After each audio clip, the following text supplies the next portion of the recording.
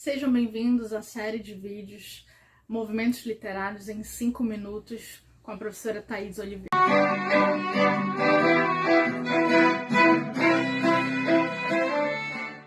Hoje nós vamos falar sobre pré-modernismo. Bem, o pré-modernismo não se constitui um movimento literário propriamente. Por quê? Porque ele vai ser um período de transição entre o final do século XIX e o início do século XX. Ah, Thaisa, mas ele tem características, ele tem produção literária, não é como o quinhentismo, que não tinha produção literária.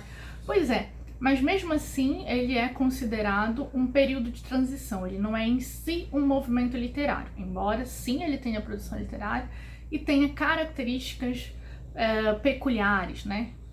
Então, assim, a gente considera pré-modernismo o período anterior à Semana de Arte Moderna de 1922. Didaticamente, ele tem início com a publicação do livro Os Sertões, de Euclides da Cunha, e vai, como eu disse, marcar um período de transição aí, em que ao mesmo tempo nós vamos ter a convivência de produções parnasianas, produções simbolistas, né, que se dão aí no finalzinho do século XIX, e também com produções já modernistas, com características de rompimento, de ruptura com a tradição clássica e conservadora de fazer arte, de fazer literatura. Muito bem, nós vamos ter entre as características pré-modernistas a ruptura com o passado, né? A gente vai ter as novas produções que rompem com esse modelo do academicismo, modelos pré-estabelecidos pelas antigas estéticas. Nós vamos ter a denúncia da realidade, ou seja, a realidade não oficial passa a ser a temática do período. Nós vamos ter o regionalismo, né? A gente vai ter a retratação aí do sertão nordestino, o interior paulista, os subúrbios cariocas, entre outras regiões brasileiras.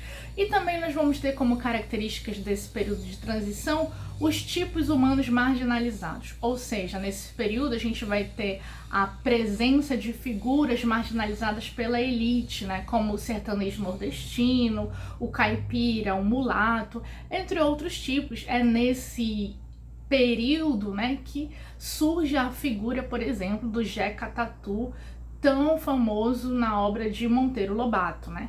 Entre os autores que vão figurar aí o pré-modernismo, nós vamos ter o Euclides da Cunha, com sua obra principal, que seria Os Sertões. Nós vamos ter Lima Barreto, muito conhecido pela obra Triste Fim, de Policarpo Quaresma.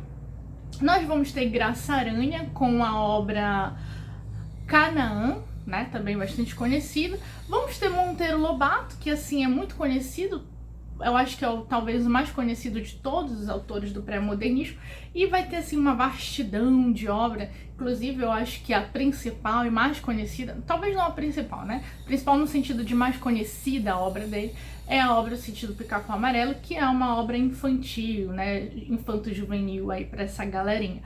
Nós vamos ter também um autor chamado Augusto dos Anjos. Augusto dos Anjos é aquele cara que tá ali em cima do muro, é aquele cara indeciso, sabe? Ele escreve tanto poesia simbolista quanto poesia pré-modernista.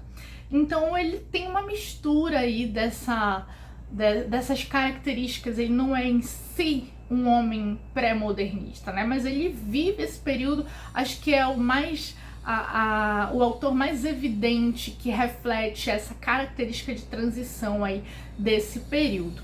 Muito bem, é isso, esse é o pré-modernismo e assim a gente termina a aula de hoje.